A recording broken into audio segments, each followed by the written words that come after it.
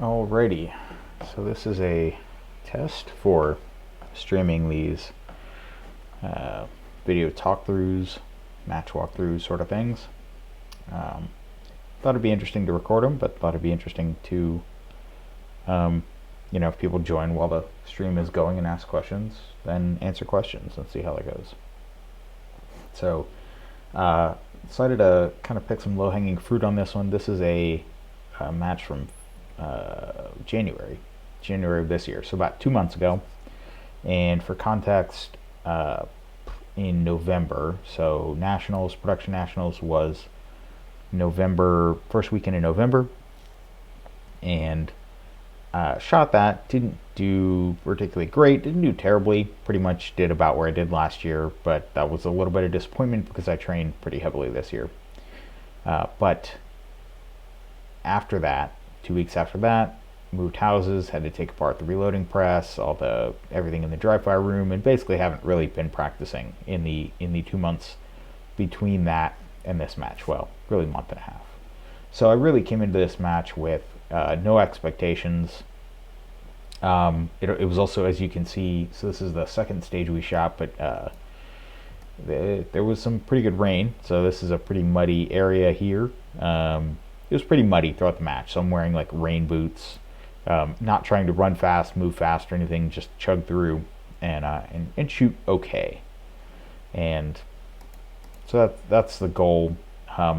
You might notice I'm not wearing my hat that I typically wear my hat cam on. That's because it was packed in a box somewhere, and I had no idea where it was. And I'm shooting ammo that I'd loaded for nationals and loaded for the state match, and so this is actually a rapidly dwindling supply, but I had just enough to shoot January and February before getting my reloading press set up and getting loaded again. So that's kind of the context here. So this is the January match. Don't have the exact date in front of me, but it's the first Saturday. Oh, here we go. It's January 4th. So a couple days after New Year's, Saturday, and yeah. So backing up, first stage.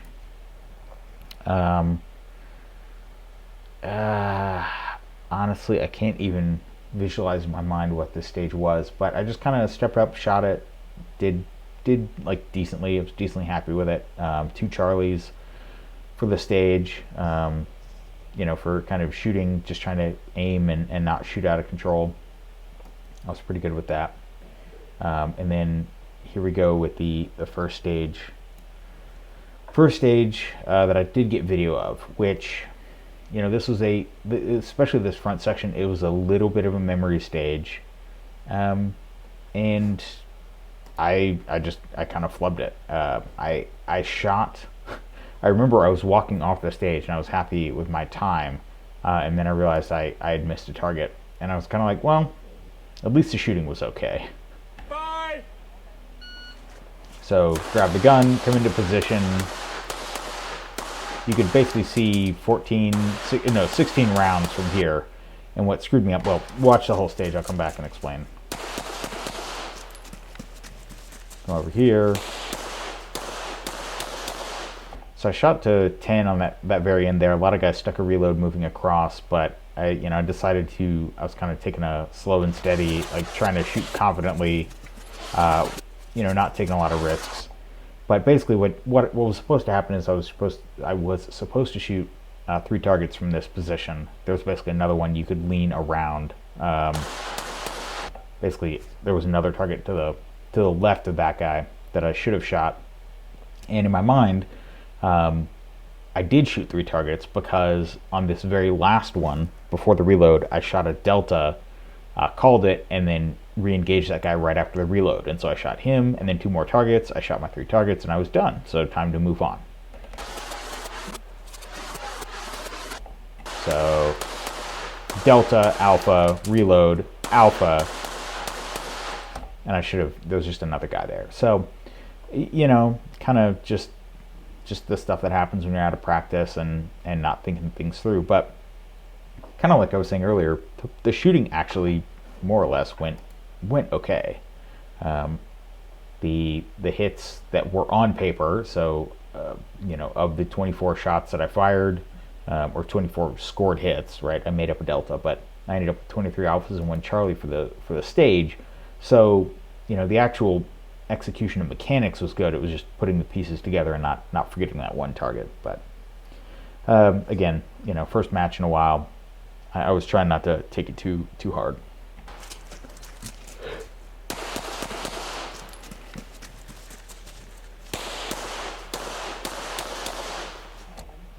And here again, like, just watch the movement one more time. So off the draw, I just kind of step in and just real smooth heel towing, back out, come into that second position, gun up, ready to shoot, and then I'm just running. I'm not trying to sprint, but I'm just trying to, you know, plod my way through to the last position, come in with the gun up, ready to shoot, and stand by, and just shoot.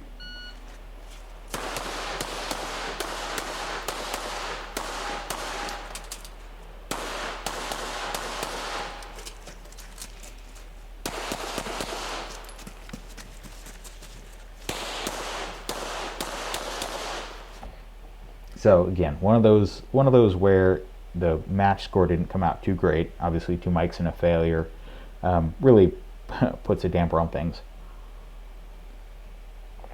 But the actual execution, you know, shooting, moving the way that I wanted to, executing the techniques went well enough, and so I was fairly happy with that. And really, you know, the mental challenge coming out of that is not to let it totally derail your day. You know, having a penalty, having 3 penalties on your second stage of the day of 8 is you gotta move on from that. You can't let it derail you. And I mean, I think that mostly worked.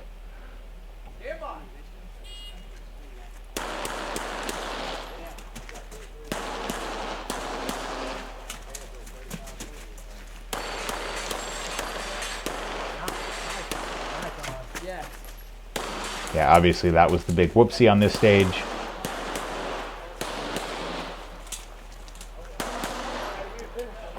And then there, because I was thinking about that issue about the steel plate, I was just kind of shooting on autopilot, and then I had a reasonably long move, you know, 2 or more steps, and so I stuck another reload, even though I completely did not need it at all. So like, yeah, so I had to hop, skip back here, get that guy, reload, 2, 4, 6, and then stuck a reload. And the whole time I'm fumbling that reload because it doesn't smoothly go in. I'm like, God, what are you doing? And then I just put the gun out there, put 2 more in. But you know, the main lesson there being, even if you make a mistake, don't dwell on it. Don't try and analyze it in the moment. Just move on, get back to whatever your plan is, because you can always make it worse. And in that scenario, you know, by dwelling on it, by getting distracted by that, I was, you know, Brian Enos would say I was shooting in the past tense. I was thinking about what had already happened, which of course I can do nothing about, and that caused me to induce another error, which cost me, you know, another second, maybe 3/4 of a second at least, just standing there trying to stick that reload, where if I just kept my gun up, shot 2 alphas, or even Alpha Charlie, as soon as I could start to see the Charlie on that target coming around the barrel, you know, the score would have been better, but I didn't, so it wasn't. And then one other kind of technique thing that I think is interesting here is the start position on this one. You had to basically be touching the X's on the wall, and a lot of guys would sort of turn 90 degrees and move their feet, drawing to these 2 targets, which if you set up in the right spot, you could see enough of the A zone of each one that you really didn't need to move. And so I really just made a point of setting up in a way that I could just pivot my upper body, bring the gun up, shoot 2 alphas on each, and then move. So if you watch, let's see, how can we do the slow-mo here? Yeah. Anyway, you get the idea. So my upper body is the only thing that's moving. My feet do not move until I'm pushing out of this position. And the goal there is, these are not difficult, but they're high risk shots. The no shoots were covering most of the delta and some of the Charlie.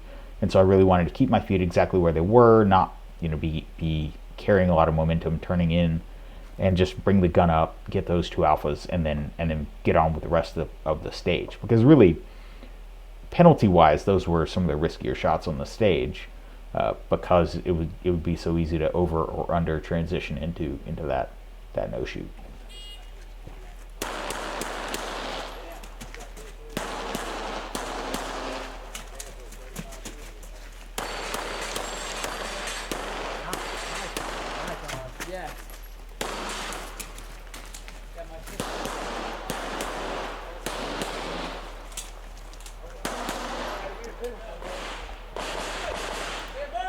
So yeah, lesson there. Shoot in the present tense. You can always make things worse. Even if you've made one mistake, put it behind you. Get back on the plan, and don't get bogged down thinking about what you just did, because you can always screw up the next thing. Get back, clear your mind, get back to what's right in front of you, and just shoot that. This stage, not really too much to say here. Yeah, we'll watch it, and then I'll talk about it.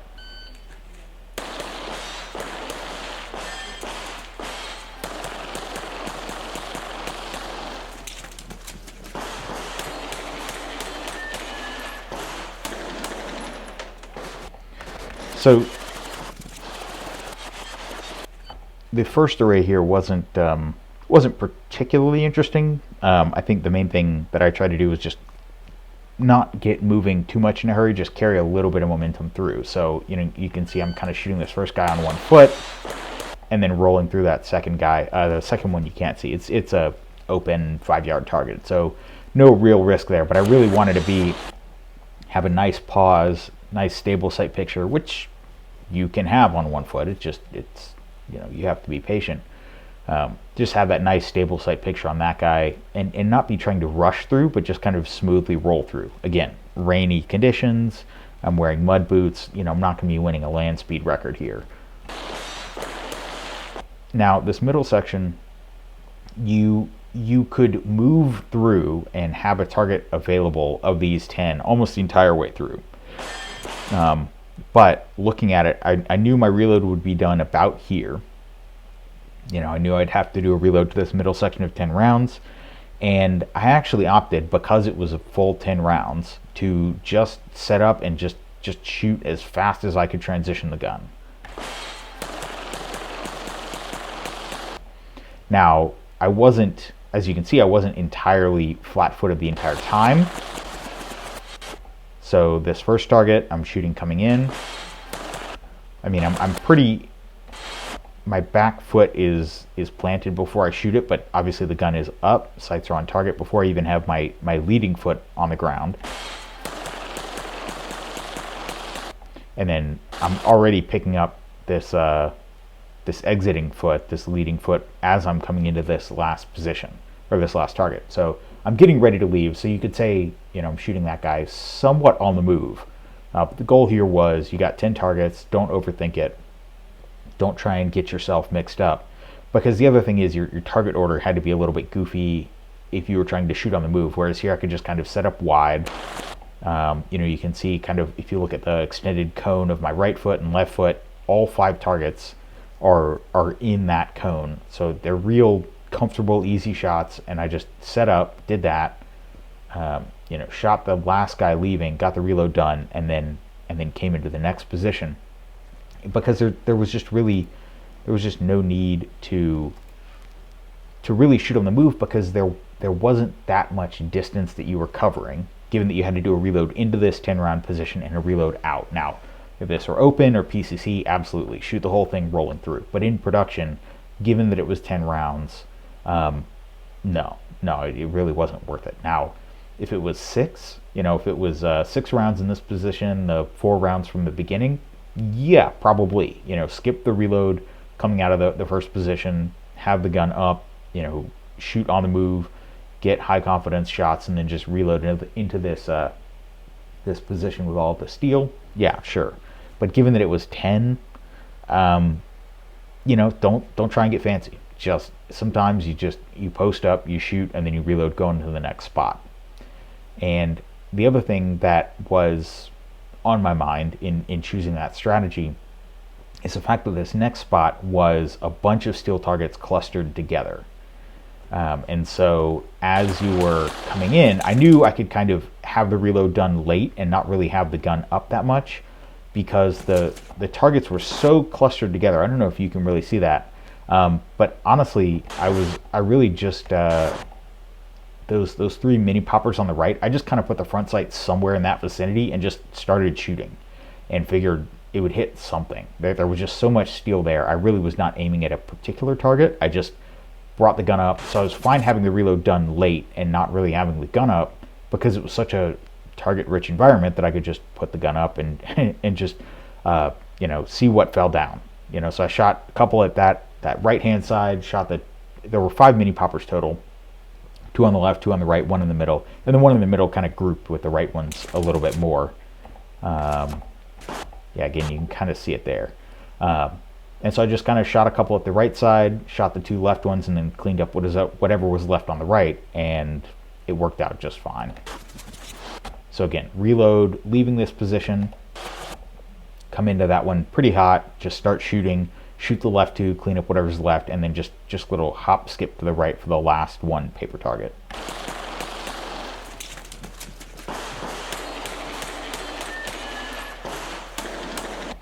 And so it looked pretty impressive, like I was going 1 for 1, but really I was just using the advantage of the clustered steel to do the work for me. When the steel is that tight and that you almost can't miss on your first couple of shots. And so if you just come into position pretty hot and just start shooting, you can clear out something and then clean up whatever's left.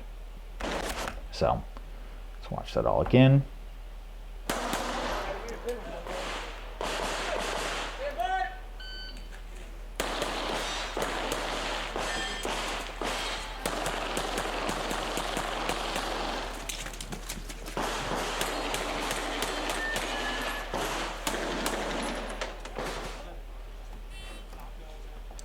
By the way, I am, looks like a couple people are watching the live stream. If you have any questions or anything, just post them in the chat. I'll try and answer them as we're going. That's kind of the goal of doing this as a live stream. I can talk through the things that come to mind for me. But if you guys have anything that's I'm not really covering, definitely drop that in. And obviously, if there's any kind of video or audio issues, let me know that too. This is, as the name implies, this is just a test, but I don't know, seems like an interesting way to do things. So if you guys are digging it, let me know. Okay, so this stage, well, let's watch it through once real fast.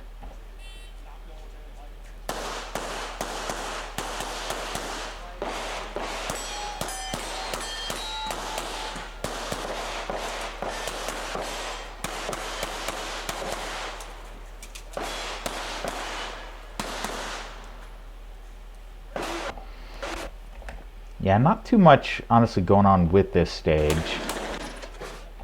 Again, kind of worth pointing out, coming off of not really shooting for 6 weeks, 8 weeks, just trying to put the gun in the middle and get A-zone hits was really the goal. And so 1 Charlie for this entire stage I was pretty pleased with that, especially because a lot of the targets were mid-range open targets that would have been easy to sort of carelessly drop Charlies on. But really my emphasis was on transitioning the gun to the middle of the target and then firing 2 shots and moving on, and not trying to just spray bullets at cardboard, but really transition the gun to the middle and let it settle just that 10th. So the gun would track sort of straight up and down and not in sort of a figure 8 pattern. So off the draw, you sort of have to step, and then there were some pretty the first target I want to say was a pretty good, like maybe 15-20 yard target on an angle, but then the rest was pretty straightforward. a lot of guys, they were a little bit scared, especially shooting production with a double action gun, taking that 20-yard target with the double. Guys will try and avoid that, but I just, you just train it, and it wasn't an issue. I had 2 alphas on that target. This second target, I think, was mid distance, and then there were kind of 2 at 7 or 10 yards right here to the left side of this wall. And you can see they're easy enough that I'm starting to fall out on them. So, as soon as I transition, I'm already starting to roll out of position, which I'm not zooming out of position, but just gently rolling, because I know I got to get this reload done. You can see my eyes are already up, looking at the next spot that I'm going to, or not at the next spot, at the next target. I kind of have a general idea, but there isn't a great landmark, so I'm really just waiting for that target to come into view. And it's a pretty wide viewing angle on him, so it's not like I'm having to hit a particular spot. If I were, then I would be looking down for a particular landmark. Again, there aren't really that many. This fault line is basically just a long length of PVC, but luckily I was just kind of looking up and trying not to outrun that target, but just by taking a real moderate pace, it really was not an issue. And that was the other thing, plates, and so I was really willing to kind of get the gun up and start shooting before I was super settled.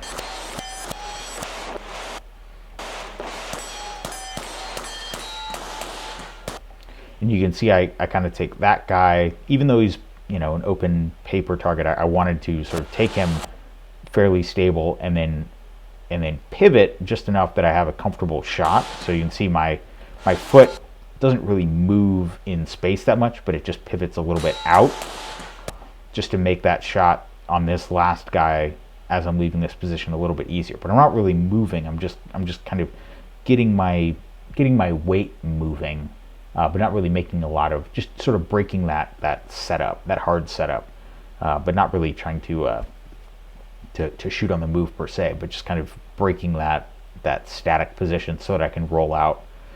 But here again, I've got to get the reload done, but I don't want to overrun this target, because as you can see, I would lose it behind this wall.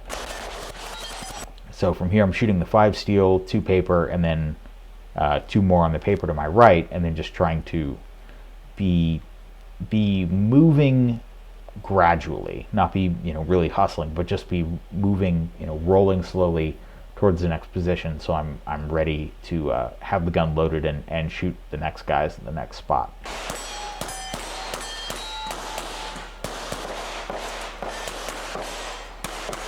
A little bit of luck there. That reload went really well on the move, which is, it's great, but if it hadn't, I wasn't carrying so much momentum that I couldn't have stopped myself right here, shot that guy, and then it would have been 1 step into this window.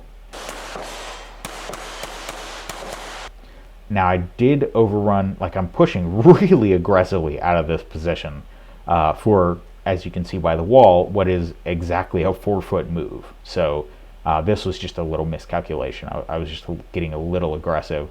I think in my mind I was going over to the corner of the shooting area, which is more like 8 or 12 feet away.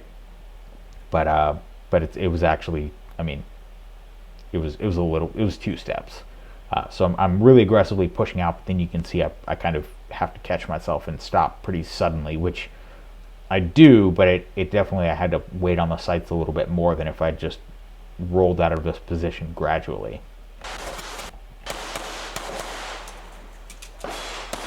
And you can see that kind of like double step, like where my knee kind of pops up. That's kind of like I'm eating a little bit of momentum that I'm still carrying. And because of that, I was a little unsure about this target, so I came back and looked at it, with those that hardcover right up against the A zone. It's always high risk, so I felt like I had shot a good A and then something over towards the hardcover, and so I just wanted to double check it, and it turned out to be okay. But yeah, obviously there was carried a little too much momentum into that, and it showed up in my sights and just in my general feeling of how I was shooting.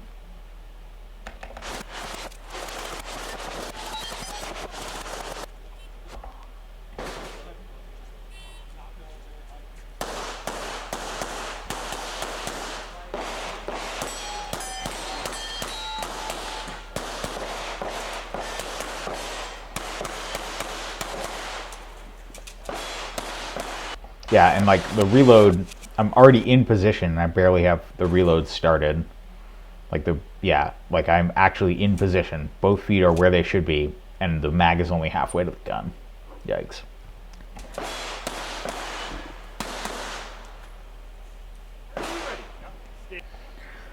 So, let's see, this was stage 4, so it would have been our second to last or third to last stage of the day. And as you can see from the round count, it was let's see, it was a 24 round stage. And so from this first position you could shoot to 11. It was a position, well, let's watch it and you'll see. But basically I chose to shoot to 11,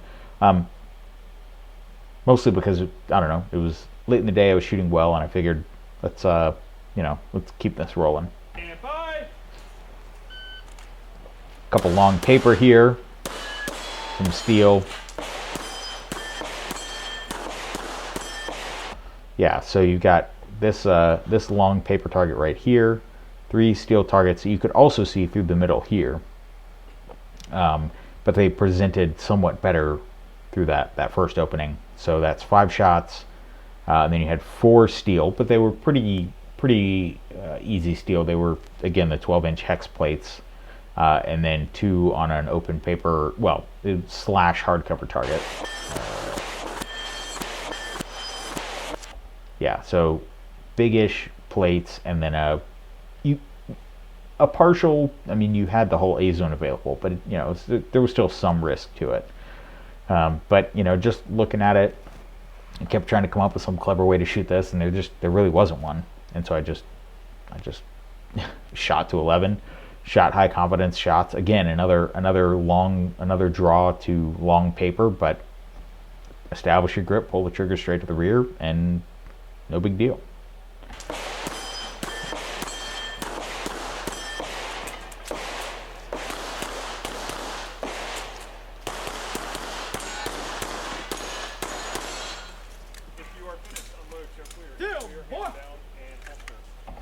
Oh, right. Okay. Yeah. So it was so rainy, so they'd thrown out stage 5. So this was actually the last stage of the day. So yeah, I don't know. I was feeling it. I felt like I was shooting good, and so that's why I decided to push it to 11 right here. But obviously, if I decided to stick a reload between this first 5 and this last 6, maybe I could have been a little more aggressive on the steel, but I don't know. It was kind of a coin toss, and I just decided to go with my gut.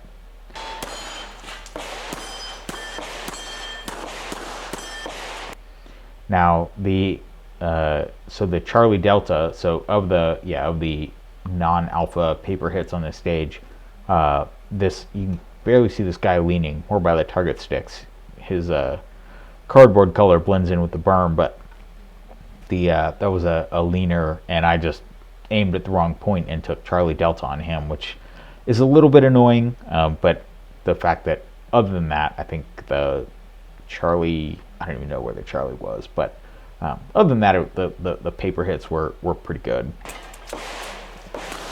So I knew I would have that slide lock reload. So coming into him, and then so there were only 4 rounds from that position, and then my goal here was, again, not zooming out of position, because this guy with the hardcover on his left side, he was available from where I was standing, but I figured get the reload done, get closer to him, and then as soon as the reload's done, him and then this other target right just to the left of them, just whack them as quick as you could, because they're so close. It's I mean, I don't want to say that A's are a gimme, but they're kind of a gimme.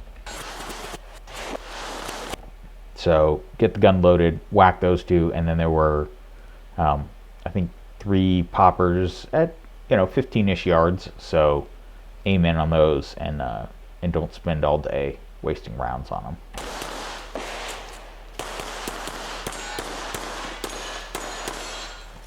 Now you can hear I actually transitioning on. Now this was another example of that target-rich environment idea. They were almost touching visually, so I just kind of transitioned to the white blob and fired a shot as soon as the sights were on. and then kind of cleaned up what was left.